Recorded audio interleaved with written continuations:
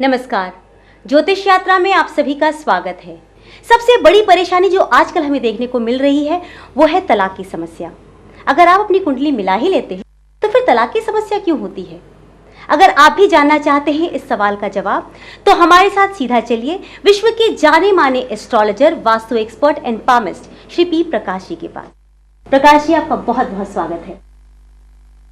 प्रकाश जी, ज्योतिष बहुत आसानी से उपलब्ध हो गया है, एक क्लिक पर मौजूद है। आप इंटरनेट पे जाइए, तमाम वेबसाइट्स मौजूद हैं। आप अपनी कुंडली मिलान भी कर सकते हैं। वैसे भी अगर हम शास्त्रों के अनुसार जाएं तो हम ज्योतिषियों के पास जाते हैं अपनी कुंडली दिखाने के लिए, कुंडली मिलान की जाती है। फिर तलाक की इतनी समस्याएं भारतवर्ष में क्यों बढ़ती जा रही हैं? प्रश्न समाज से बड़ा जुड़ा हुआ है और मैं समझता हूँ कि ये वैसा तो इसको एक्सीडेंट भी कह सकते हैं जी, लेकिन फिर भी काफ़ी बड़ा जो इसमें हाथ है वो एस्ट्रोलॉजी का है।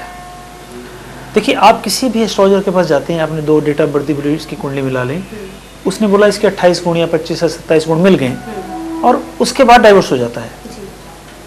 ज्योतिष ने बोला 28 गुण मिल गए, आपने घर आए, आपने शादी कर दी।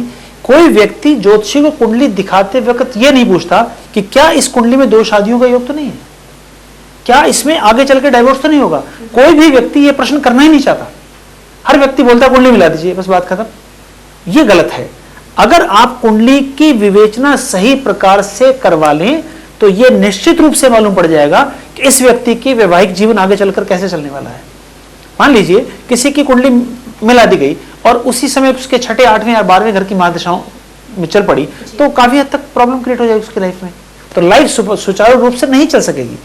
इसको ठीक करने के लिए हमें जन्म कुंडली के मर्म को समझना पड़ेगा। यह नहीं कि कुंडली मिलाई और शादी हो गई। जब तक पूर्ण रूप से विवेचना लड़की और लड़के कुंडली की नहीं की जाएगी, ये समस्याएं आगे चलकर आती ही रहेंगी। तो मैं हर जो दुनिया में जो एस्ट्रोलॉजर हैं और जो गुरुजन हैं उनसे मैं हाथ जोड़ के विनती करता हूं कि जब ये कुंडली मिलाएं तो कम से कम इस बात का जरूर ध्यान रखें कि वैवाहिक जिंदगी ठीक है या उसमें डाइवोर्स होने वाला है। आपने बिल्कुल ये सही बात कही है। अगर इसकी सही जानकारी मिलती रहे तो हमारे जीवन से परेशानियां अपने आप ही दूर हो जाएंगी।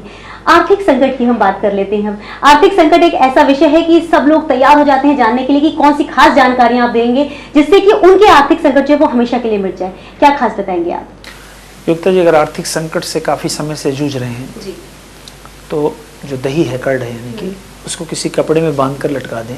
जब उसका पानी निचोड़ जाए, दही कठोर हो जाए, उससे एक शिवलिंग का निर्माण करें और उसकी पूजा करने से आर्थिक परेशानियों से बेहद जल्दी निपटा जा सकता है और जीवन सुखी रूप से चलेगा। चलिए, इससे अगर हमें आर्थिक संपन्नता मिलती है तो हम इसे अवश्य ही करेंगे।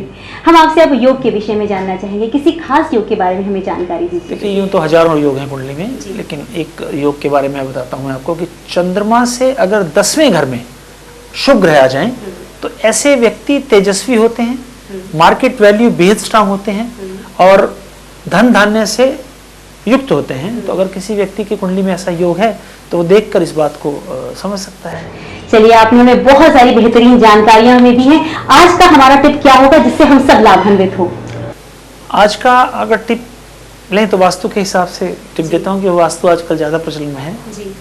अगर घर के सामने टी पॉइंट हो और सड़क आपके घर के दरवाजे को टच करती है तो 2 तरीके से इसको सॉल्व कर सकते हैं। एक तो लुकिंग ग्लास लगा दें सड़क की तरफ मुंह कर अपने मेन गेट पे, ताकि उसका रिफ्लेक्शन उसमें आए, ठीक हो सकता है। या कोई लकड़ी की बाड़ 1 या 2 फुट आगे करके आप अपने घर के दरवाजे के आगे लगा दें तो इस समस्या से काफी हद तक छुटकारा पाया जा सकता है। आपने बहुत ही उम्दा हमें टिप दिया है। उससे जितने लोगों के घर जो है वो टी पॉइंट में बसे हुए हैं, कम से कम उनके घर में सुख समृद्धि बड़ी रहेगी। आपके इस टिप के लिए आपका बहुत बहुत धन्यवाद। नमस्कार।